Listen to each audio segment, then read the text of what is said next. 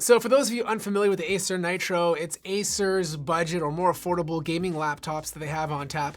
And they usually have different SKUs to choose from, ranging all the way from $650 and going up to $1,200. This is one of the more expensive SKUs. It retails for about $1,100. And instead of using a 10th gen processor, it's actually using last year's 9th gen i7 paired with an RTX 2060. So they're able to keep the price down by using an older CPU, but give you a better GPU. The chassis is exactly the same as last year. There's no differences in terms of port lineup or the way it looks. The only difference they made was cosmetic. They added these plastic grooves on the top to give it more of a classical look.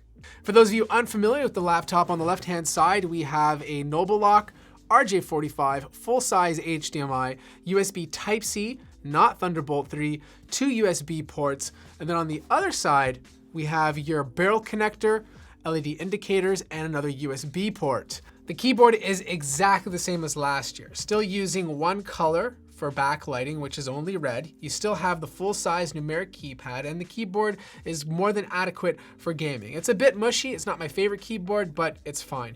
Touchpad, same situation. Same trackpad as the previous model. You still have that red border, which they did take away from the Helios 300. It's fine, but of course you're gonna be wanting to hook up an external mouse. The display is still full HD, it's 1080p, but you can buy it now with a 144 Hz panel. It's not gonna be as color accurate as the display on the Helios 300 or as bright, but it's more than fine for gaming.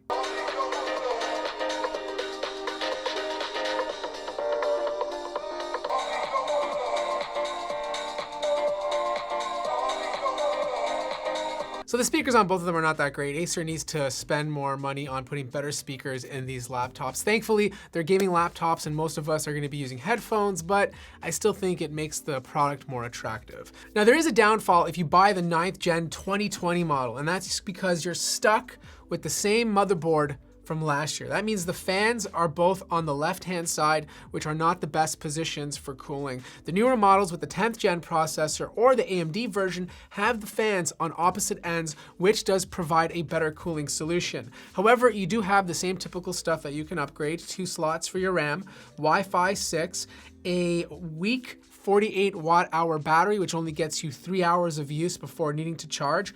OneDrive is populated with a 256 gigabyte SSD. You have an extra one for a second drive and a third slot for a 2.5-inch hard drive. Gaming performance on this is fine. Like, you get what you get for an RTX 2060. So there's no issues there, especially if you're gaming with settings at high at 1080p.